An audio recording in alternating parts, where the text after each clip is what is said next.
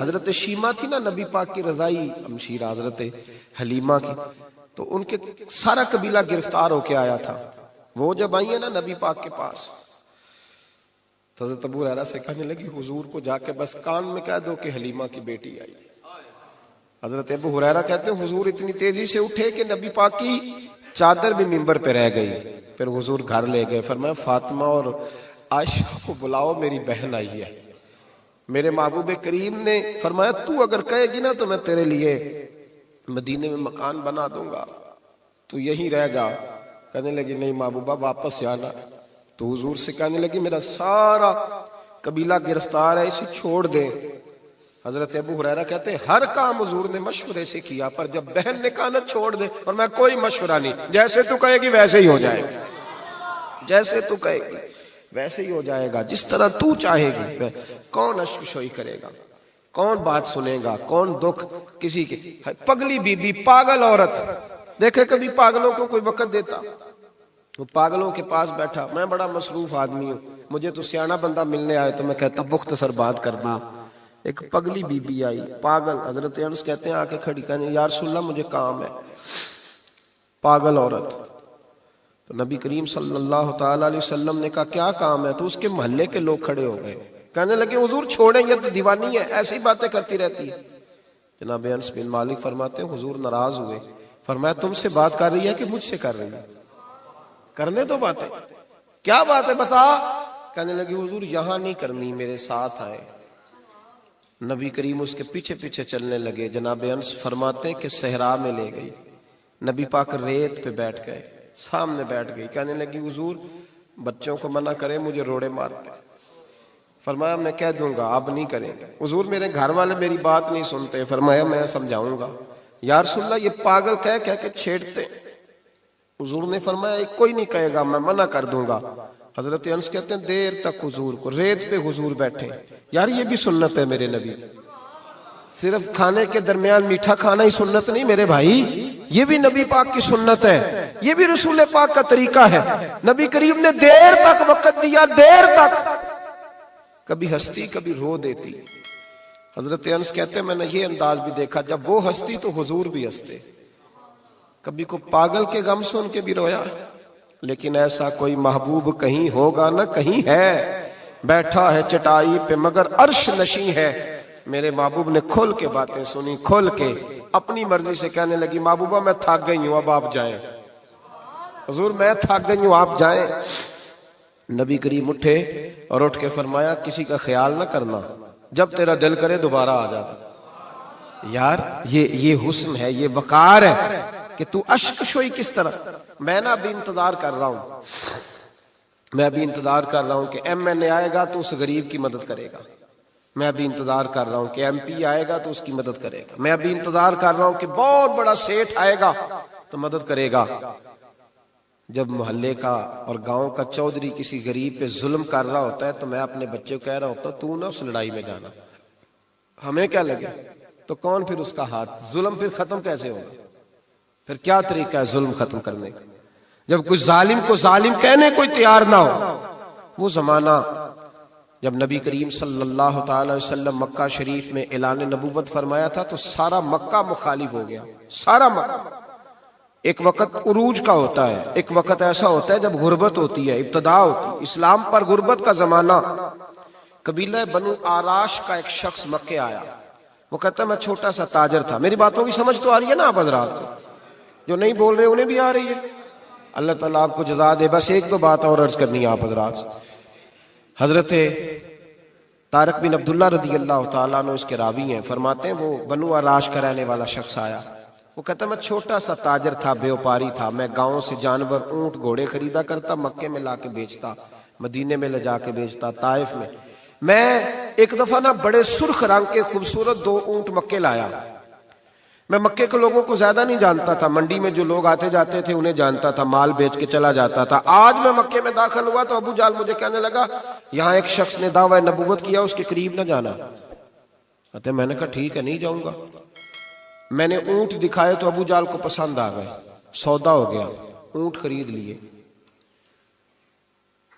وہ شخص کہتا ہے کہ اونٹ خرید کے نا، تو کہنے لگا فلاں محلے کی فلاں گلی کے فلاں کونے میں میرا گھر ہے، کل آ کے پیسے لے جانا۔ کہتے میں اگلے دن پیسے لینے گیا تو کہنے لگا آج نہیں میرے پاس، کل آنا۔ میں اگلے دن پھر گیا پیسے، کہنے لگا نہیں کل آنا۔ ہوٹل ہوتے نہیں تھے، مکے میں میرا رشتہ دار کوئی نہیں تھا، میں فٹ پاتھ پہ سوتا، جو چند کھجوریں اور سرکہ میرے پاس تھا وہ پہلے دن ہی ختم ہو گیا۔ انویسٹمنٹ بھی ساری وہیں لگی ہوئی تھی، گھر میں بچے بچیاں انتظار کر رہے تھے، میں بڑا مجبور ہوا، تھک گیا۔ تیسرے دن میں گیا تو میں نے کہا پیسے، کہنے لگا کل آنا۔ میں نے ذرا دبا کے بات کی، میں نے کہا یار میری کوئی پھپھو تو رہتی نہیں مکہ مکرمہ میں، غریب آدمی ہوں، میرے پیسے دے میں جاؤں۔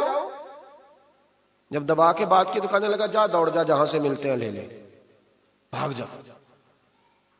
یہ تاجر جب ڈوبتے ہیں نا تو معاذ اللہ تعالیٰ کچھ تو ایسے ہوتے ہیں جو خودکشی کر کے مر جاتے ہیں، اس لیے کہ بڑے لوگ ان کے ساتھ وابستہ ہوتے ہیں۔ جب کسی کی اصل راہ سے ڈوب جائے، کہتے ہیں میں کانپنے لگا۔ میں نے پوچھا لوگوں سے کہ تمہارے چودھری سردار بڑے کہاں بیٹھتے ہیں؟ تو کہا وہ جو حرم مکہ کے ساتھ ٹولیاں بنا کے بیٹھے ہیں نا، وہ سارے ہمارے سردار ہی ہیں۔ کہتے میں وہاں گیا، ابو سفیان تھے، ابو لہب تھا، عتبہ، طیبہ، شیبہ، ابو البختری، اخنس بن شریک، سب بیٹھے۔ میں نے جا کے کہا یارو میں بنو عراش کا رہنے والا ہوں، چھوٹا سا تاجر ہوں، 2 اونٹ یہاں لا کے بیچ بیٹھا ہوں، تو ایک شخص نے خریدے ہیں، وہ پیسے نہیں دیتا۔ کہتے ہیں عتبہ بولا یا ابو سفیان بولا، کون ہے جو تیرے پیسے کھا گیا؟ طاقت ہے کسی کی نام لے؟ تو کہتے میں نے کہا اس کا نام ابو جہل ہے۔ جب میں نے یہ کہا نا تو کہنے لگے اوہو وہ تو پیسے نہیں ملتے تیرے، وہ تو بڑا گنڈا ہے، تو بہت بڑے بدماش کے پاس لگ گئے، وہ تو نہیں پیسے ملنے لگے، کبھی نہیں ملتے۔ فرماتے اب میں کانپا، اب تو میری امیدیں ٹوٹنے لگیں، اب میرے آنسو چھلکنے لگے۔ تو ایک شخص نے نا مذاق کیا، ادھر دیکھیے گا میری طرف، مذاق کیا۔ کہتے ہیں سامنے نا خانہ کعبہ کی دیوار کے ساتھ ٹیک لگا کے رسول پاک تشریف فرما تھے، نبی کریم بیٹھے ہوئے تھے، نبی کریم۔ تو ایک بندے نے معاذ اللہ ثم معاذ اللہ نقل کفر نہ باشد، اس نے نا مذاق کیا، کہنے لگا وہ جو بندہ بیٹھا ہے وہ تیرا مسئلہ حل کر سکتا ہے۔ کہتے ہیں اس نے مذاق کیا، باقی ہنسنے لگے۔ مجھے سمجھ نہ آئی کہ بھیجتے بھی ہیں اور مذاق بھی اڑاتے ہیں، لیکن ڈوبتے کو تنکے کا سہارا۔ میں حضور علیہ السلام کے قریب پہنچا، نبی کریم کچھ وظیفہ پڑھ رہے تھے۔ یہ غریب آدمی نا بیچارہ وزیر سے بھی ڈرتا ہے تو پیر سے بھی ڈرتا ہے کہ کہیں طبیعت پہ کوئی چیز گرا نہ گزر جائے۔ تو کہتا ہے میں ڈرتے ڈرتے نا پیچھے بیٹھ گیا کہ فارغ ہوں گے تو میں بات کروں گا۔ فرماتے میں ابھی پیچھے بیٹھا ہی تھا، پورا بیٹھا بھی نہیں تھا کہ میرے رسول پاک نے میری طرف توجہ فرمائی، رخ میری طرف پھیرا اور 2 جملے نبی پاک نے کہے تو مجھے یوں لگا جیسے پردیس میں مجھے ماں مل گئی ہو۔ 2 جملے، پہلا فقرہ حضور نے فرمایا پردیسی لگتے ہو، اور دوسرا فقرہ فرمایا پریشان لگتے ہو۔ فرماتے ہیں بات چھم چھم میرے آنسو گرے، چھم چھم۔ اور بھائی کوئی اپنا ملے تو رونے کا مزہ آتا ہے نا، کوئی دکھ پوچھے تو پھر بندہ آنسو گرائے نا، ہر ایک کو تو دکھ سنائے بھی نہیں جاتے۔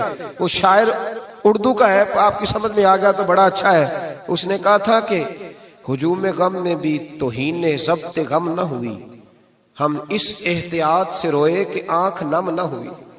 ہجوم غم میں بھی توہین ضبط غم نہ ہوئی، ہم اس احتیاط سے روئے کہ آنکھ نم نہ ہوئی۔ ہم روئے بھی ہیں پر ہم نے کوشش کی ہے کہ کوئی ہمارے آنسو نہ دیکھے، چھپ چھپا کے روئے۔ فرمانے لگے نبی رحمت صلی اللہ علیہ وسلم نے فرمایا پردیسی اور پریشان لگتے ہو۔ کہتے میں جب رویا نا تو کریم رسول نے کام بھی نہیں پوچھا، یہ بھی نہیں پوچھا مسئلہ کیا، مجھے تبکی دی۔ فرمایا چپ کر، روتا کیوں ہے؟ جیسے تو کہے گا ویسے ہی ہو جائے گا۔ کیا کہا بریلی کے امام نے؟ فرمانے لگے غم زدوں کو رضا مجدہ دیجئے کہ جاؤ اعلان کر دو، غم زدوں کو رضا مجدہ دیجئے کہ ہے بے کسوں کا سہارا ہمارا۔ نبی کریم نے فرمایا فکر نہ کر، جیسے تو کہے گا ہو جائے۔ کہتے حضور پہلے مجھے گھر لائے، سرکہ کھلایا، کھجوریں دی، دودھ پلایا، میں 2-3 دنوں کا بھوکا تھا، میں نے راج کے کھایا۔ کہتے ہیں جب میں سیر ہو گیا نا میری تسلی ہو گئی۔ اب حضور نے فرمایا بتا تیرا مسئلہ کیا ہے؟ سارا علاقہ کسی اور طرف ہے، شہر کسی اور طرف ہے، پر میرے نبی حق کے ساتھ ہے۔ حالات نہیں ہے اس وقت کہ حق کے ساتھ کھڑا ہوا جائے، پر حضور حق کے ساتھ ہے۔ میرے نبی کریم سید عالم صلی اللہ تعالی علیہ وآلہ وسلم نے فرمایا، کریم رسول فرمانے لگے کیا مسئلہ ہے؟ ابو جال پیسے نہیں دیتا۔ فرمایا اس نے کیوں نہیں دینے، دے گا پیسے، کیوں نہیں دینے پیسے؟ دیکھ کچھ لوگ نا کچھ لوگ شرافت کو بزدلی سمجھتے ہیں. وہ ایک درویش تھا تو کسی نے سخت بات کر دی تو کہنے لگا میرے ساتھ سخت بات نہ کر, اٹ سٹ تے پکھڑا کوار گندل اسی اور بھی بوٹیاں جاننے ہیں. اٹ سٹ تے پکھڑا کوار گندل تے اسی. اور اس کا ترجمہ اقبال نے بھی کیا. اقبال کہنے لگے ہو ہلکا یارا تو بریشم کی طرح نرم, پر رزم حق و باطل ہو تو فولاد ہے مومن.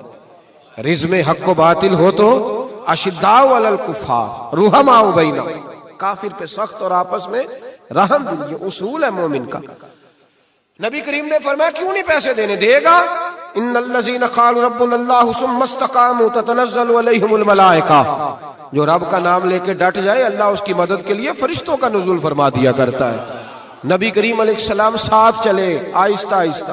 اور بھائی کونسلر رکا بھی لکھ دے تو اس کی مہربانی. ویسے تو کونسلر کے دروازے پہ سویرے کو چلا جائے نا غریب آدمی, امیر آدمی پہ تو خیر پرچہ بھی ہو تو ایس ایچ او صاحب پوچھتے ہیں چوہدری صاحب درخواست آئی ہوتا کی کرنا ہے, تو غریب آدمی کو لے جاتے ہیں.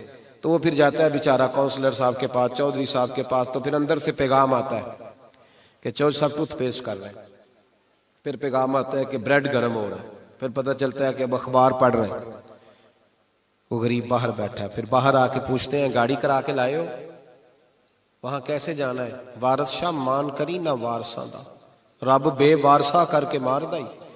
بے پروائی ویک سجن دی جتھے کسے دی پیش نہ جاوے, اونے تاجاں والے در در رولے, تاجاں والے در در رولے تے منگتے آ تخت بٹھاوے. او سجنا کسے نو کارا مل دائی, کوئی کعبے او خالی آوے, ڈر اس کی بے نیازی سے. اور بڑے بڑے حاجی نمازی, ناراض نہ ہونا میری بات, بڑے بڑے حاجی نمازی حق کی بات کرنی ہوتی ہے تو پیچھے ہٹ جاتے. ایک بابا بلے شاہ صاحب کی بات نہ کر دوں درمیان میں. بابا صاحب نے بڑا شکوہ کیا, کہنے لگے حج بھی کیتی جاندے ہو تے لہو بھی پیتی جاندے ہو, حج بھی کیتی جاندے ہو تے لہو بھی پیتی جاندے ہو, کھو کے مال یتیماں دا تے بھیج مسیتی جاندے ہو, پھٹ دلاں دے سیندے نہیں تے ٹوپیاں سیتی جاندے ہو, نفس تے چھری پھیر دے نہیں تے دمبے کیتی جاندے ہو, فرض پلائی بیٹھے ہو تے نفلہ نیتی جاندے ہو. او دسو تے صحیح بلے شاہ نو ایک ہی کیتی جاندے ہو, او کچھ دسو تے صحیح بلے شاہ نو ایک ہی کیتی. نبی کریم صلی اللہ علیہ وسلم نے فرمایا دینے کیوں نہیں, ہم حق کے ساتھ. حضور ساتھ چلے تو وہ شخص کہتے ہیں جب گلی میں حضور جا رہے تھے نا تو میرے دل میں خیال آ رہا تھا کہ وہ تو بڑا بدماش ہے اور حضور تو بولتے بھی دھیما دھیما ہے, وہ تو بڑا گنڈا ہے. اور میں 100 باتیں کرتا تو حضور ایک جواب دیتے, نیچی نظروں کی شرم و حیا پر درود, اونچی بینی کی رفعت پہ لاکھوں سلام. تو محبوب پاک کیسے بات کریں گے, وہ تو بڑا بے حیا ہے. لیکن کہتے ہیں سارے رستے حضور نے کوئی بات نہ کی, ککھ سواد نہیں مشری اندر, اسا کھنڈا بھی چک ڈٹھیاں, اینا ساریاں شیواں نالوں گلاں سجن دیاں مٹھیاں. یہ کس قسم کا عذاب ہے؟ جمعے پڑ گئیں, ٹڈیاں آ گئیں, یہ اللہ نے عذاب نازل کیا. جب وہ عذاب میں مبتلا ہوئے تو موسیٰ علیہ السلام سے کہا کہ آپ اللہ سے دعا کریں کہ ہم سے یہ عذاب ٹل جائے. اگر ایسا ہوا تو ہم ایمان لے آئیں گے, بنی اسرائیل کو بھی آزاد کر دیں گے. لیکن موسیٰ علیہ السلام کی دعا کے نتیجے میں جب عذاب ٹل جانے کے بعد فرعونی پھر اپنے وعدے سے پھر گئے. بنو قریظہ والوں نے بھی کئی دفعہ حضور سے وعدے کیے پر اپنے وعدوں پر قائم. ایک بات آپ سے یہاں روک کے عرض کر دوں, ہم بھی کئی دفعہ کہتے ہیں ذرا بریک کبھی گاڑی کی نہیں نہ لگتی تو ہم ارادہ کرتے ہیں کہ آج سے نماز شروع کر دینی. ذرا طبیعت زیادہ لیل ہوتی ہے تو ارادہ کرتے ہیں نا کہ بھائی آج کے بعد ہم نے نیک, پھر کیا ہوتا ہے شفا ہو گئی تو چھٹی ہو گئی. یہ طریقہ درست نہیں, یہ تو کفار کا طریقہ بیان کیا نا قرآن پاک نے. یہاں فرمایا جب اللہ تبارک و تعالیٰ نے انہیں نجات دے دی تو اپنے وعدے سے مکر گئے, تو پھر اللہ تبارک و تعالیٰ نے بنی اسرائیل کو سمندر پار کر کے ایسی قوم کے پاس پہنچا دیا جو بتوں کی پرستش کرتی تھی.